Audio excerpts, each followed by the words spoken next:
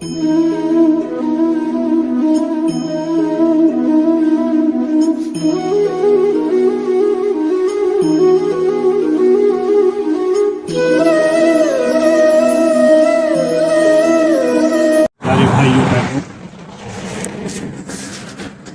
प्यारी साथ संगत, आज बहुत ही खास मौका है। यहाँ पर आगरा में सत्संग का आयोजन बहुत समय के बाद और प्रेमी भाई बहनों के बहुत प्रयास करने के बाद संभव हुआ है। ये धरती संत मत की, आध्यात्म की बहुत पहले से नींव रही है। हमारी गुरु परंपरा में स्वामी शिवदयाल सिंह जी महाराज आगरा में ही रह करके सूरत शब्द योग की साधना का रास्ता आज से 400-500 वर्ष पहले उस समय के लोगों को बताया करते थे। इस स्थान पर सत्संग, प्रभु प्राप्त करने का रास्ता, आध्यात्म ये नया नहीं है। जुगों जुगों से समय समय पर अलग अलग मौके पर अलग अलग तरीके से परमात्मा को, उस प्रभु भक्ति को सिखाने के लिए संतों महापुरुषों का आना हुआ है। और जब वो महापुरुष अपने जीवन काल में कोई चीज समझा कर चले जाते हैं तो उनके जाने के बाद कई बार आध्यात्म से धीरे धीरे संसार भटक करके बाहरी कर्म कांड की तरफ चला जाता है। महाराज जी कहा करते थे, संत की, गुरु की सबसे बड़ी आवश्यकता यह है कि वो आपको इस संसार माया के बड़े भारी जंजाल में प्रभु का दर्शन कैसे होगा और उस प्रभु से जुड़ने के लिए हमें जीवन में क्या करना होगा वो रास्ता बताने के लिए आता है। गुरु परंपरा हमें जीवन में कुछ ऐसे कामों की तरफ प्रेरित करने के लिए है जो हमें हमारे जीवन में आध्यात्म से, प्रभु धारा से जोड़ सके। अर्जुन कहा करते थे, ये पूरा रास्ता अपने जीवन में संतों महापुरुषों के आध्यात्म पथ के जीवन में बनाने के अनुभव के रास्ते हैं। जो भी चीजें आज संसार में आप प्रभु भक्ति के नाम पर जानते हैं उसको आप करके कैसे देखेंगे। अभी बड़ा सुंदर समय चल रहा है, कल से नवरात्र शुरू होंगे। बहुत सारे लोग जो इष्ट भक्ति में अपने जीवन में कोई भी साधन करते हैं तो वो अगले आने वाले 9 दिन व्रत से, तप से, अपने जीवन में त्याग और संकल्प से कहीं ना कहीं अपने जीवन में एक प्रार्थना, एक भक्ति के रास्ते को जीवन में बनाने का प्रयास करेंगे। अर्जुन कहा करते थे, आपके जीवन में ऐसे हजारों जब तक नियम संयम हो, पर अगर उनको समझाने का सही तरीका हमें जीवन में मिल जाए तो जाकर के हमें इन्हीं तमाम चीजों का सही साधन प्राप्त होता है। इसलिए हमारे स्वामी जी महाराज क्या कहते हैं, कहते गुरु मिल माला फेरते, गुरुबिन देते दान, गुरुबिन दान हराम है, जा पूछो वेद कुरान। इस संसार में दान, पुण्य, पूजा पाठ, व्रत, उपवास, नियम संयम अनगिनत तरीके हैं और गुरु इन तमाम साधनों की सही विधि समझाता है। क्या समझाता है? जब आप दान दो तो वो दान फलीभूत कैसे होगा? जब आप व्रत करो तो वो व्रत फलीभूत कैसे होगा? जब आप पूजा पाठ में साधना अर्चना करो, जिसे माला फेरना कहते हैं, सिमरन करना कहते हैं, वो फलीभूत कैसे होगा? ये किसी अनुभवी ज्ञानी महापुरुष आपको जीते जी समझा सकता है।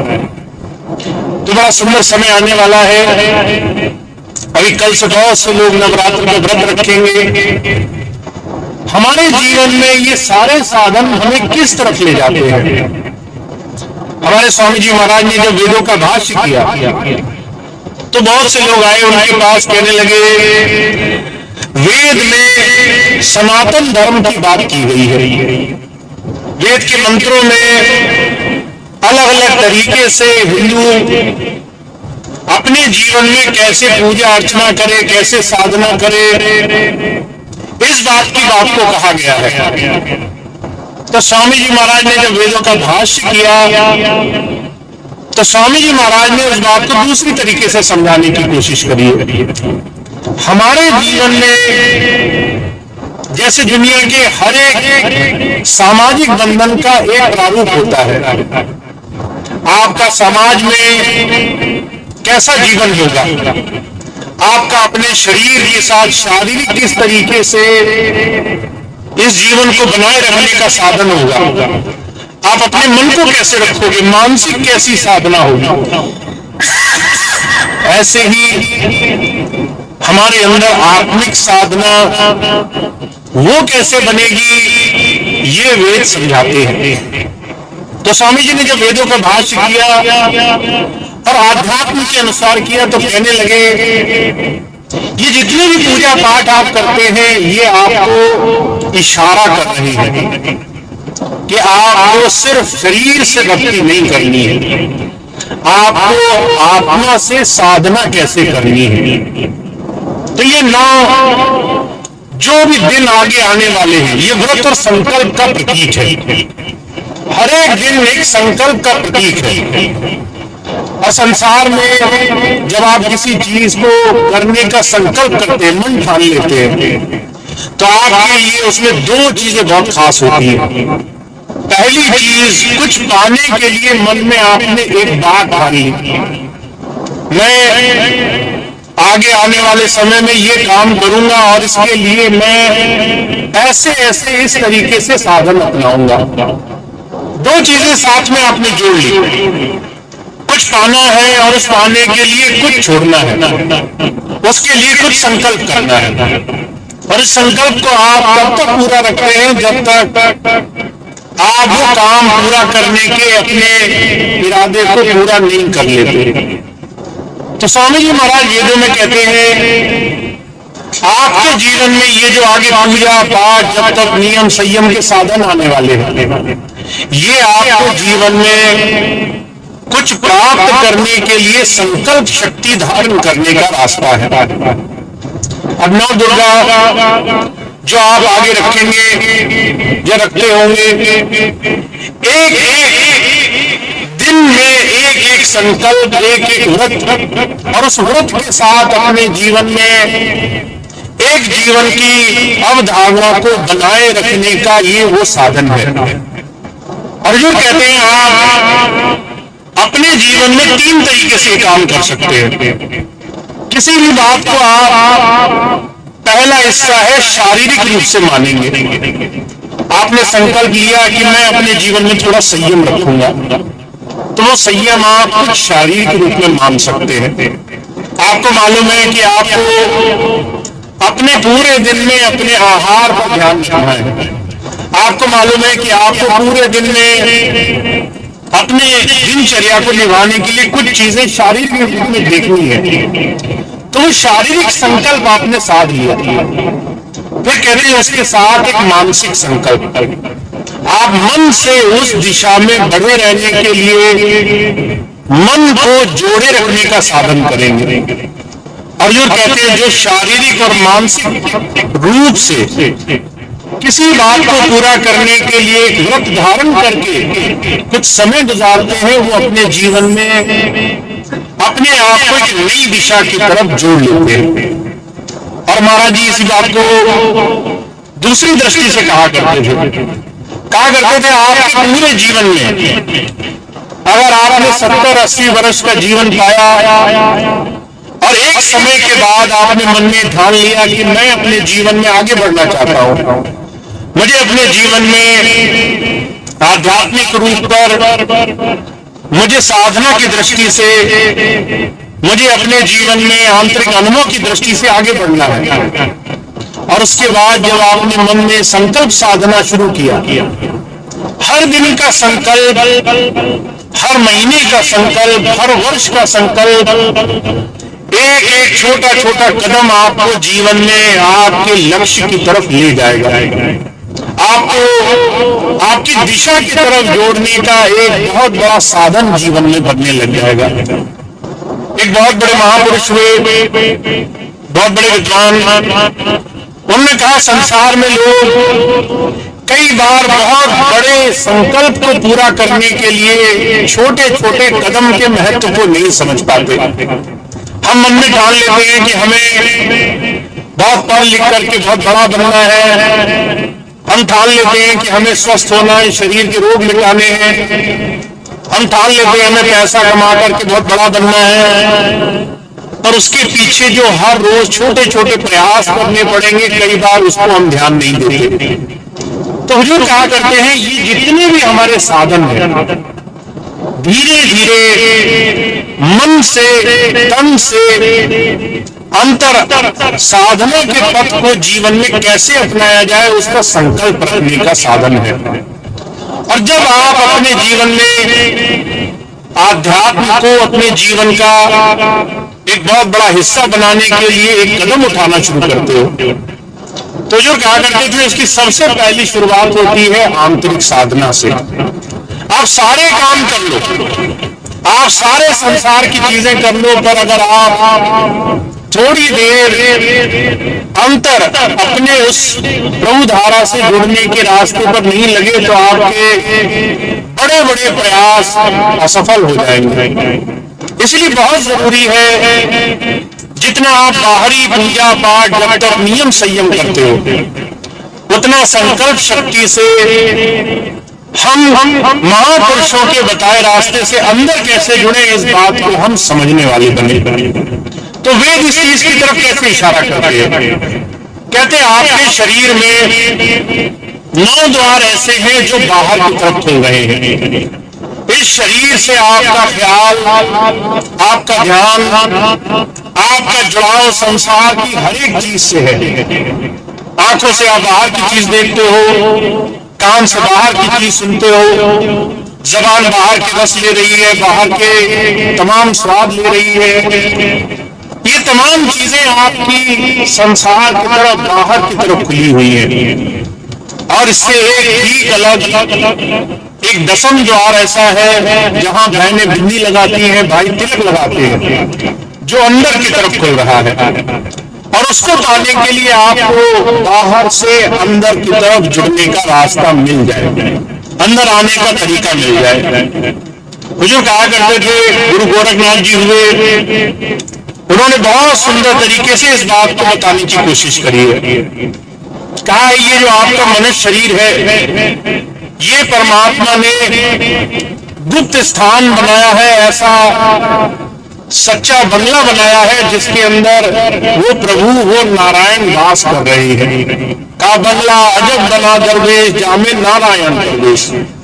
ये शरीर परमात्मा की बनाई एक ऐसी रचना है जिसमें 9 द्वार बाहर की तरफ और एक 10वां द्वार अंदर की तरफ खुलता है। अगर आप बाहर की तरफ रमते रहे, सारा जीवन बाहर की चीजों में आप भाग लगाते रहे, दुनिया की चीजों के लिए बाहर बहुत बहुत प्रयास करते रहे, पर कभी वो 10वां द्वार नहीं खोला जहां बचपन से इशारा करके हमें समझाया जाता है कि जहां आप बिंदी लगा रहे हैं, जहां तिलक लगा रहे हैं, वहां एक गुप्त मार्ग है। उसे शिव नेत्र भी कहा गया है। उसे त्रिनेत्र भी कहा गया है। वेद में कहा है कि अगर आप इस दसम द्वार में ध्यान लगाओ, अगर आप वहां पे जुड़ने के लिए जीवन में व्रत और संकल्प रखो, तो आप अपने जीवन में वो सब कुछ प्राप्त कर लोगे जिसके लिए आपका संसार में जन्म हुआ है। इसी बात को स्वामी जी महाराज महामृत्युंजय मंत्र के रूप में कहा करते थे। आपकी जहां बिंदी और तिलक का स्थान है, वो तीसरी आंख है जो शंकर भगवान की दिखाई जाती है। हम सब वो तीसरी आंख अपने इस शरीर में लेकर के पैदा हुए हैं। हम सबके अंदर वो तीसरा नेत्र है, पर वो मिलेगा कैसे? का त्र्यंबकम यजामहे सुगंधिम पुष्टिवर्धनम। अगर आप तीसरे नेत्र में रहो, उसमें जुड़ो, ध्यान की स्थिति में अगर आप शरीर से ऊपर उठ करके दोनों आंखों के पीछे के स्थान पे सिमटने लग जाओ, तो कहा सुगंधिम पुष्टिवर्धनम, कि अगर आपने ये साधन कर लिया तो आपके अंदर प्रभु धाराएं उत्पन्न होने लग जाती है। उनमें से एक धारा ऐसी है जिसे सोम की धारा कहा गया है, जिसके अंदर कुमारी नाम, जिसके अंदर आनंद की स्थिति पैदा होती है। हुजूर कहते हैं ये ठीक ऐसे है जैसे किसी ने अपने जीवन की सबसे बड़ी वस्तु पाली हो। अब वो कैसे मिलेगी? आगे कहते हैं उर्वा मृत्यु और मुक्ति मामता। जैसे खरबूजा जब वो पक जाता है तो उसकी एक बड़ी अच्छी पैमाइश होती है, उसकी एक बहुत अच्छी परख होती है। कभी आप खरबूजे की बेल देखो, अगर वो पक गया है तो वो अपनी डाली से अलग हो जाएगा, अपने आप अलग हो जाएगा, और दूसरी उसकी खुशबू मीलों दूर तक आपको आएगी। ये दो उसकी बड़ी खास पहचान है। तो वेद में कहते हैं कि अगर आपने तीसरे नेत्र में, शिव नेत्र में ध्यान लगाना सीखा है, 9 द्वारों से, जो आगे आने वाले 9 व्रत के दिन है, कहते हैं इसमें साधना संकल्प करके अगर इससे ऊपर उठे, दसम द्वार में आप बैठने लग गए, तो आपके अंदर ऐसे गुण उत्पन्न होंगे जैसे खरबूजे के अंदर हो जाते हैं, उसके अंदर खुशबू आ जाती है और वो मुक्त हो जाता है। वो बना नहीं रहता, उसको फिर किसी चीज से जुड़े रहने की आवश्यकता नहीं होती। तो इशारा देकर कह रहे हैं कि आपको भी मुक्त होने के लिए तीसरे नेत्र में इन 9 दरवाजों से ऊपर उठने का एक संकल्प साधना है। और वो साधेंगे कैसे? उसके लिए आपका ध्यान सुरत शब्द योग के रास्ते पर जीवन गुजारना बहुत आवश्यक है। हमारे स्वामी जी महाराज कई बार इस बात को समझाया करते हैं। कहते हैं आज के समय में लोग ध्यान साधना से बहुत भागना चाहते हैं।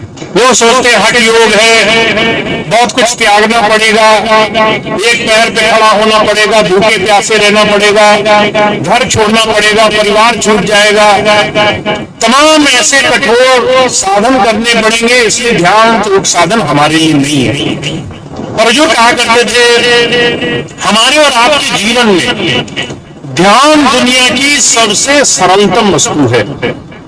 जब आप रात को सोते हैं तो रात को सोते वक्त आपके शरीर के रोम रोम से आपका ध्यान वैसे ही सिमट करके दोनों आंखों तक आता है। तो जो कहा करते थे आप हर रात को ये काम करते हो, जाने अनजाने में। हर रात जब आप सोते हो तो आपको शरीर की सुध-बुध नहीं रहती है। आपके सराहने कोई खड़ा रहे आपको पता नहीं चलेगा, आपके चारों तरफ कोई घूम के चला जाए आपको पता नहीं चलेगा। आप आंखें बंद करके इस शरीर से बाहर की सारी संसार की गति को भूल करके बैठ जाते हो। और उस वक्त क्या होता है? आपके शरीर से पूरा शरीर शून्यता में, आपके शरीर का ख्याल चेतनता सिमट कर यहाँ दोनों आंखों के पीछे आती है। महाराज जी कहते हैं अगर आपको जब सपने आते हैं रात को, वो तभी आते हैं जब आपका ख्याल सिमट करके ऊपर तक आ जाता है। ये संभव ही नहीं है कोई आदमी रात को सोए, उसको सपने आए और उसका ख्याल ना सिमटा हो। शरीर से ख्याल सिमटेगा, जब तक वो ऊपर नहीं खिंचेगा उसको सपने नहीं आएंगे। तो स्वामी जी कहते हैं आप तो हर रोज इस साधना को हर दिन करके देख रहे हो, पर अभी जाने में समझ बूझ कर नहीं कर रहे हो, अभी वो चीज अपने आप हो रही है। जिस दिन आप इस चीज को हर रोज अपनी स्वेच्छा से करने लगोगे और अपने आप अपने मन अनुरूप शरीर से ऊपर खिंचकर आने लगोगे, उस दिन आपकी ये 9 रात्रि सफल होने लग जाएंगे। उस दिन ये संकल्प शक्ति आपकी सफल हो जाएगी। अब कल से जितने भी लोग व्रत रखेंगे वो हर एक दिन मन में धारणा लेकर के व्रत रखेंगे कि मैं ये चीज करना चाहता हूं, इसके लिए पूरे दिन में ये काम करूंगा। कुछ लोग निर्जल व्रत रखेंगे, कुछ लोग खाए पिए बगैर व्रत रखेंगे, कुछ लोग एक टाइम खाएंगे, कुछ लोग किसी और तरीके से व्रत रखेंगे। पर इन तमाम चीजों के पीछे करने का कारण अगर ध्यान दें आप, तो सिर्फ ये है कि हम किसी बड़ी वस्तु को पाना चाहते हैं, वो वस्तु जो आज हमारे पास नहीं है। और महाराज जी कहा करते थे, अगर इसके पीछे की सच्चाई जानो तो आप उस वस्तु के पीछे छुपे आनंद को पाना चाहते हो।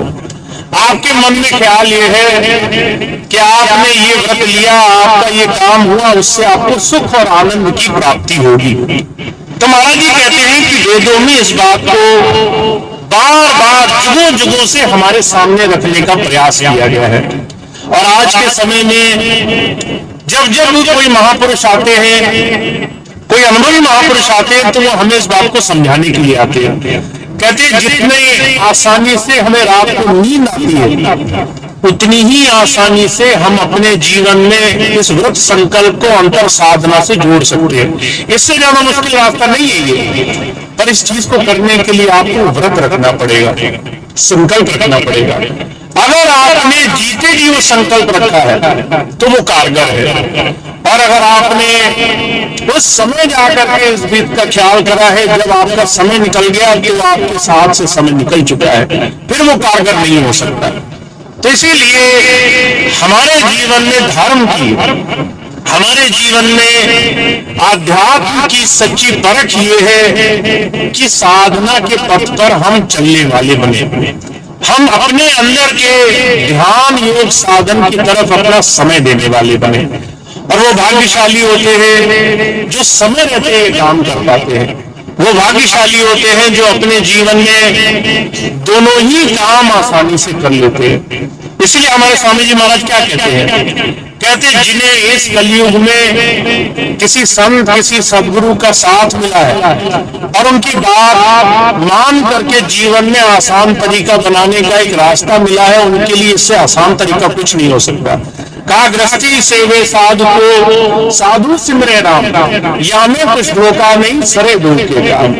अगर कोई साधु है जिसके अंदर परमात्मा प्रभु धारा अंतर अनुभव प्रकट है, वो आपको मिला है और उसके साथ बैठ करके आपने तरीका सीख लिया है। कहते हैं गृहस्थी जो हो, हम और आप जैसे संसार में दुनिया के बहुत सारे काम करने वाले लोग हैं, ऐसे गृहस्थी लोग अगर किसी साधु के साथ जुड़ जाए और ऐसे साधु के साथ जिसने राम नाम संभाल रखा हो, जिसने अपने अंदर साधना का पथ पूरा कर रखा हो, तो कहते हैं आपके काम उसके साथ उसकी बात मानने से ही बनने लग जाएंगे। आपको बहुत कुछ नहीं करना पड़ेगा। वो आपको जैसे रात को सोना आसान होता है, जैसे अपनी मर्जी से संसार के खाने पीने दुनिया के भौतिक सुख साधन पाना आसान होता है, कहते हैं ऐसे ही आपको वो सरल सा तरीका बता करके जीवन में इस अंतर साधना से जोड़ने का तरीका भी सिखा देगा। तो आप जीवन में ऐसे समय में रह रहे हैं जहां पर हर एक साधन को पाना कमाना बहुत आसान है, पर इसके लिए आपको खुद स्वयं चाह बनानी पड़ेगी, खुद स्वयं इस रास्ते पर चलने के लिए इच्छा शक्ति अपनी जागरूक करनी पड़ेगी। महाराज जी कहा करते थे सारे रास्ते महापुरुष बना देते, पर वो आपको कभी हाथ पकड़कर जबरदस्ती नहीं खींचते। वो ये नहीं कहते कि तुम मेरे कहने से कोई काम करो। जब तक हमारा स्वयं का भाव प्रेम लगन न हो, जब तक हम स्वयं उस दिशा में बढ़ने के लिए जागरूक न हो, तब तक हमारे इस काम में देर बनी रहती है। तो तो हमें दोनों ही चीजें प्राप्त है, सांसारिकता प्राप्त है। अलग अलग तरीके से जब तक नियम, संयम, पूजा पाठ, हजारों तरह के ऐसे रास्ते मिले हुए हैं जिससे हमारे अंदर भाव जगता है, हमारे अंदर प्रेम भावना जगती है, हमारे अंदर उस प्रभु से आस्था जोड़ने का एक रास्ता बनता है। पर महाराज जी कह रहे हैं इस आस्था के साथ साथ अपने जीवन में अनुभव भी शामिल करो, अपने जीवन में अंतर साधना भी शामिल करो। जब पूजा के साथ ध्यान साधना जुड़ जाती है, जब आपके बाहरी संकल्प के साथ अंतर ध्यान साधना जुड़ जाती है, तो आपके जीवन में आपके सारे साधन आसानी से सफल हो जाते हैं। तो हमारे लिए आने वाले कुछ दिन बहुत खास होने वाले हैं। हमारे लिए अगले 9 दिन हम अलग अलग तरीके से संकल्प रखने का मन में व्रत धारण करेंगे। कोई 1 दिन का करेगा, कोई 7 दिन का करेगा, पर जो भी इस संकल्प को लेने का अपने जीवन में साधन बनाते हैं, वो इस बात को समझ रहे हैं कि उनके लिए संसार में ये तमाम अलग अलग साधन उन्हें क्या प्राप्त करा सकते हैं। उन्हें सिर्फ इसमें ध्यान साधना जोड़नी है, इसमें सिर्फ अंतर साधना का एक छोटा सा रास्ता जोड़ना है जिससे दोनों ही चीजें साथ में जुड़ सके और इसमें आपको आंतरिक जीवन का लाभ प्राप्त हो सके। तो स्वामी जी महाराज, उनकी हुजूर कृपाल सिंह जी महाराज, जितनी भी संतों की परंपरा है, उन्होंने बार बार हम और आप जैसे संसार में गृहस्थ में लगे हुए लोगों को इस बात को समझाने के लिए प्रयास किया है। और आपकी नगरी आगरा ये इस बात से छूटी नहीं है। यहाँ पर बहुत समय से ध्यान साधना, सूरज शब्द, अंतर साधना के रास्ते की पहले से ही बहुत चर्चा की गई है। बस अगर आपको समय रहते उस चीज से जुड़ने का अगर मौका मिल जाए तो ये बहुत ही खास, बहुत ही अद्भुत ऐसा रास्ता होगा जिसे आप जीवन में पाने वाले बनेंगे। तो इतनी बात हमारे स्वामी जी महाराज की है कि आपके तमाम पूजा पाठ जब तक नियम, संयम, साधन में अगर किसी गुरु का सानिध्य आपको मिला है जिसके अंदर राम प्रकट है और उसके साथ आपने साधना का पथ और जोड़ लिया है, तो आपके समझ लीजिए सारे काम बहुत आसान है। आपकी पूजाएं और साधना दोनों जुड़ करके आपके जीवन में आपको तमाम दुनियादारों से बहुत ज्यादा आगे की स्थिति में ले आएंगे। बस आपको दोनों ही चीजों का सामंजस्य बिठाना है। तो ये स्वामी जी की बात है कि खूब पूजा करो पर साधना साथ में जोड़ो। और अगर साधना नहीं जुड़ी है तो आपकी पूजा पाठ वो जो है आपको अंतर के उस आनंद के साथ जोड़ने में, उस रास्ते में जोड़ने के रास्ते से आपको नहीं जोड़ पाएगी। तो आपको साधना अपने जीवन में जरूर जोड़नी है। यही महापुरुषों का सारे संसार में जागृति का मिशन है कि हर एक इंसान अपने जीवन में ज्यादा से ज्यादा इस दिशा में जुड़े और अपने इसी सच्चे प्रभु मंदिर में, इसी सच्चे हरि मंदिर में बैठ करके उस प्रभु के दर्शन के रास्ते पर लगे। तो स्वामी जी महाराज इस बात को हम सबके सामने रखते रहे हैं। बहुत से भाई बहन ऐसे हैं जो साधना के पथ पर लगे हैं और साधना के पथ पर ध्यान जीवन में कमाना चाहते हैं, रोज अपने जीवन का समय देना चाहते हैं। थोड़ा थोड़ा समय दे करके, जैसे संसार की हर एक चीज के लिए आपको समय देना पड़ता है, वैसे ही साधना में भी आपका जो समय आप निश्चित कर लेंगे वो आपके लिए धीरे धीरे आपके हर एक साधन में आपके लिए लाभकारी होगा। तो बहुत से लोग इस रास्ते को प्राप्त कर चुके हैं, साधना करते हैं, भजन सिमरन करते हैं, ध्यान करते हैं। बहुत से लोग हैं जिनके लिए नया विषय है, जिन्होंने आज तक इस बात को कभी नहीं सुना कि साधना क्या होती है। तो उनके लिए आज मौका है, वो इस चीज को समझ सकते हैं, जान सकते हैं, इसको जीवन में उतारने के लिए इसको भी अपने जीवन का हिस्सा बना सकते हैं। और अगर आपने इस चीज को सीखा तो आपके लिए 2 रास्ते, एक बाहरी साधन जिससे हम संसार में बहुत बहुत काम करते हैं, और एक अंतर साधना का तरीका जिसमें हम अपने अंदर बैठे परमात्मा से प्रार्थना करते हैं, कैसे ध्यान के माध्यम से जुड़ा जाए वो रास्ता अपनाते हैं। इससे आपको जीवन में लाभ प्राप्त होगा। तो इतनी बात कह के मैं अपनी बात समाप्त करता हूँ। आज ये सत्संग का कार्यक्रम पहली बार और बहुत समय के बाद यहाँ पर संभव हुआ है। आप सभी भाई बहन बहुत दूर दूर से आए हैं, आप सबका बहुत बहुत धन्यवाद आज के समय में अपना समय देने के लिए। अब आगे आज